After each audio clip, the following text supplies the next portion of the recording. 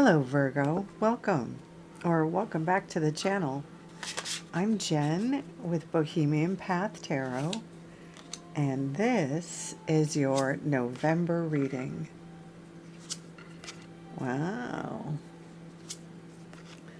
I've got the Orion's Animal Tarot here. It's the Pocket Edition. And then we've also got the Rune Magic Oracle deck. Okay. And the Green Witches Oracle deck. So we'll pull a card from each Oracle deck. As always, this is a general reading for a general Virgo audience. So please just take what resonates for you and leave the rest for another Virgo. I try to give a lot of examples of how the energy might play out, but obviously I can't give every possible permutation of the energy. So you might have to extrapolate or, take one of the examples and just leave the rest.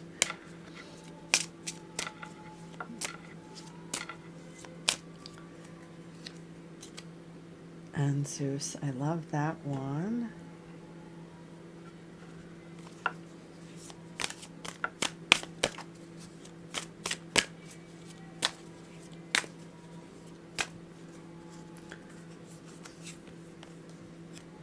Okay, potion.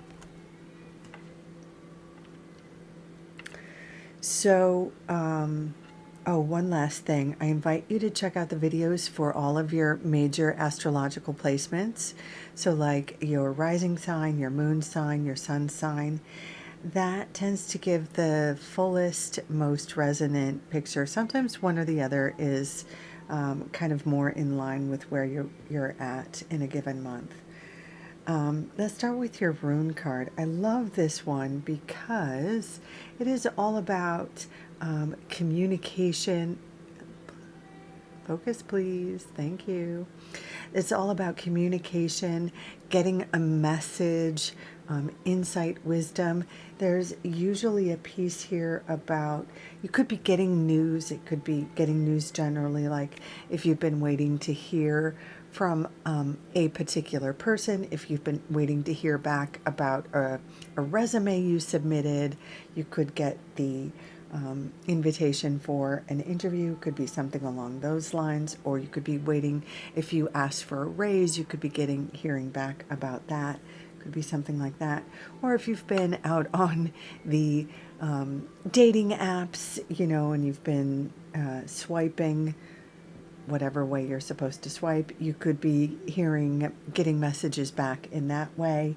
It could be that kind of news, but more often this is something that feels like wisdom, something that feels affirming, something that feels even divine.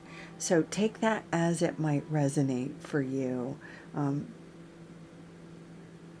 Something that feels like you're kind of plugged into the world. It could be like getting on the dean's list even. It could be something like that. Something affirming, something positive in that way. Now, potion is something that is like, this one is trickier to kind of explain. I love this oracle deck so much, but kind of explaining what the cards mean is trickier because they're not as sort of straightforward sometimes. Like some of the cards, like this potion card, it's something you can do, a little something you can do for yourself that feels like medicine. That's kind of like giving yourself a burst of energy or a burst of revitalization. It can be different for different people, though. What feels like medicine for some people can be different, like taking a walk in nature. Some people really find that revitalizing or reaffirming, right? just touching grass. For some people, exercise is not life affirming in that way, but maybe playing with the dogs. There could be something you can do that, for a short period of time, just a little something that feels like medicine, that can help get you back on your feet, as it were, or help power you through the day or the week. Maybe somebody could even argue that coffee on a Monday morning is like medicine. Something like that. There's the call with this card to do something that is life affirming, that feels like medicine, that helps reinvigorate you or sort of empower you to get through the week. Okay, let's look at the tarot to see how these themes of communication or wisdom or messages and empowerment. There's kind of an element of self-care with potion, really. Let's see how these themes might show up or might be supported in the tarot. Now, in this very first column here, this is exciting. We have the Lover's card paired with the Ace of Wands. The Lover's card, now this can show up for different Virgos in different ways. The obvious connotation, of course, is lovers. So for anybody who's single and looking, this is a great omen for meeting someone or connecting with someone, having chemistry with someone. The Lover's card doesn't necessarily have to mean chemistry or meeting someone new. It can also be about choices. It can be about, sometimes when we're on dating apps, and maybe there isn't an obvious, like, cutie patootie that we see, but somebody who doesn't bowl us over with their looks might have a really charming profile in terms of their personality. And maybe choosing someone who might not necessarily be our physical type, or might not be a type we in the past would have gone for, choosing to give them a chance or choosing to meet them and just see what happens. Sometimes the lovers can indicate making a new or a different kind of a choice in relationships, can give us a chance to have a different kind of experience in relationships, especially for those of us who maybe haven't always succeeded in the way that we had hoped to succeed in relationships. How about that? But of course, the Lovers doesn't have to speak to romantic relationships. It can also speak to just being mindful of our commitments in other areas of our life. It can be about our commitments on the job or our commitments in our platonic relationships. How we choose to show up for other people, how we choose to show up for our job, the jobs we choose and the friendships we choose. There's this element of choice when it comes to the Lovers, and being mindful about commitments, how we commit ourselves, and the choices we make can affect our capacity to commit fully or not. So, just being mindful of choices with regard to our commitments, and how that can affect our evolution, our karma, who we want to be in the world, who we want to be in our commitments, right? These themes and issues may come up, and perhaps there are some communications around these choices, around these commitments. This major arcana card, so a significant card, right, is paired with the Ace of Wands. Now, the aces are always about sort of new chapters or new beginnings or new cycles. And wands tend to be about our enthusiasm, ambition, like a spark of joy, a spark of, well, let's put it this way, our egos can be activated under the wands. The wands is like our fire, our drive, our passion. So there could be, again, in those situations where we're talking about chemistry, there could very well be, this spark of passion or this spark of chemistry, maybe even a quick sort of rush to the bedroom, as it may, as it may apply. But it could also be, a quick wit, a meeting of the minds in that way. You might have a shared sense of comedy, a shared sense of wit, and be able to speak that kind of language, have a similar sense of creativity. So the Lover's card could actually speak to something like a writing partnership that comes together, or an improv comedy troupe that forms, and a new cycle of creative experience, creative project comes together, could be indicated here. And last but not least, the Ace of Wands can sometimes indicate athleticism. There is the spark of energy that's associated with it too. So that could be athletic energy. It could be a team spirit, a team endeavor here. I got to throw out every possibility, right? So take that as it resonates for you. Looking at the next column, we have the Hierophant paired with the Nine of Cups. The Nine of Cups is traditionally a wish fulfillment card, like feeling sated, feeling connected, feeling fulfilled emotionally. And the Hierophant is kind of like a guru character, or a teacher, with a sort of a spiritual angle, or a spiritual vibe. So this could indicate finding a spiritual community, or a teacher, mentor, guru type, maybe in a place like a yoga community, or even a school where, like an adult school, where you could be learning just about anything from, going back for a nursing license, or going to learn how to read tarot cards, or, it could be traditional night school. It could be GED, it could be with a spiritual bent, take it as it resonates for you. It could be loosely based, like friend of a friend situation, where maybe somebody is even helping you with your social media, or a gaming community even.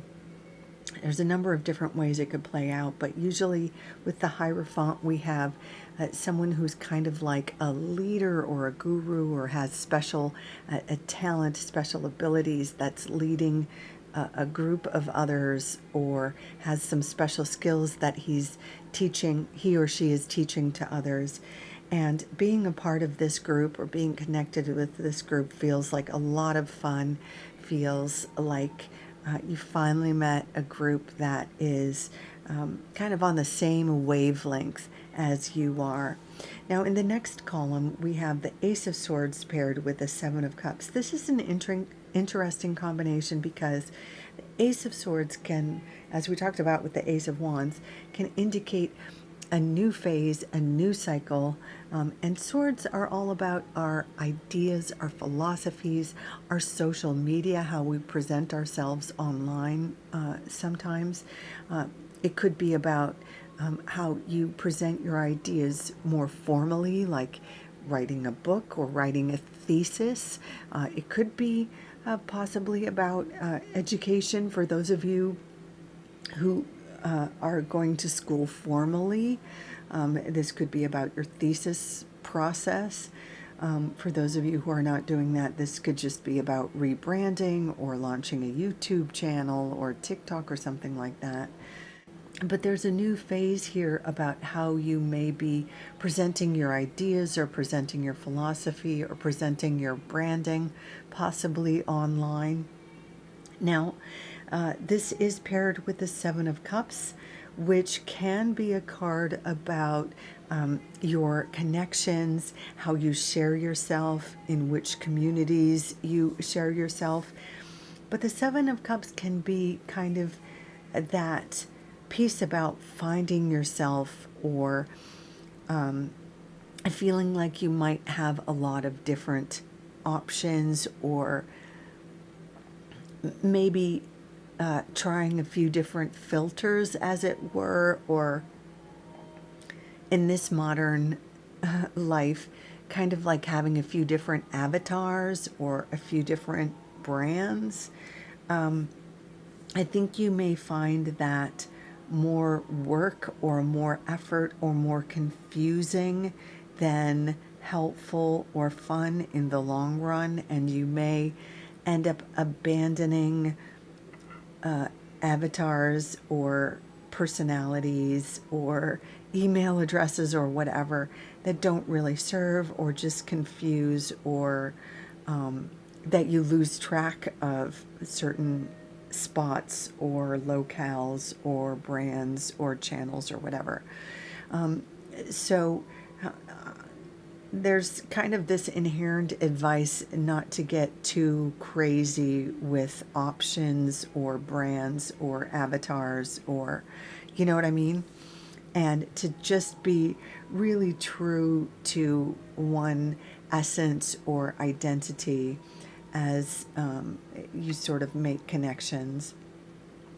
Finally, we have the moon with the Four of Cups. Now, the moon can play out in a couple of different ways, but there is always the inherent advice with the moon that you don't necessarily see the full picture because it's dark.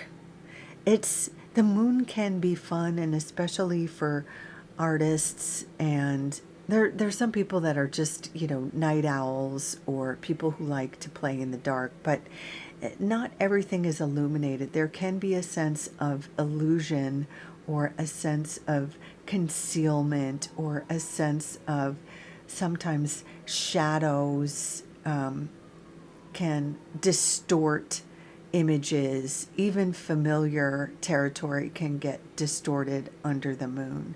So there's always this inherent advice with the moon card to slow down, to not make any hasty decisions.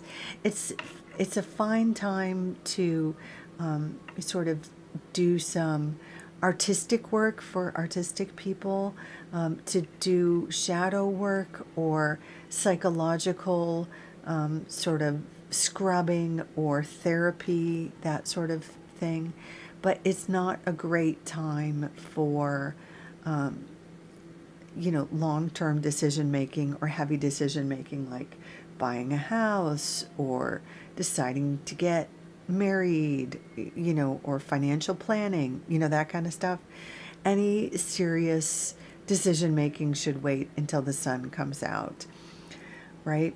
And then this card is paired with the Four of Cups, which is a card that suggests that maybe there's this sense of not feeling totally fulfilled, or not feeling like something's a little missing.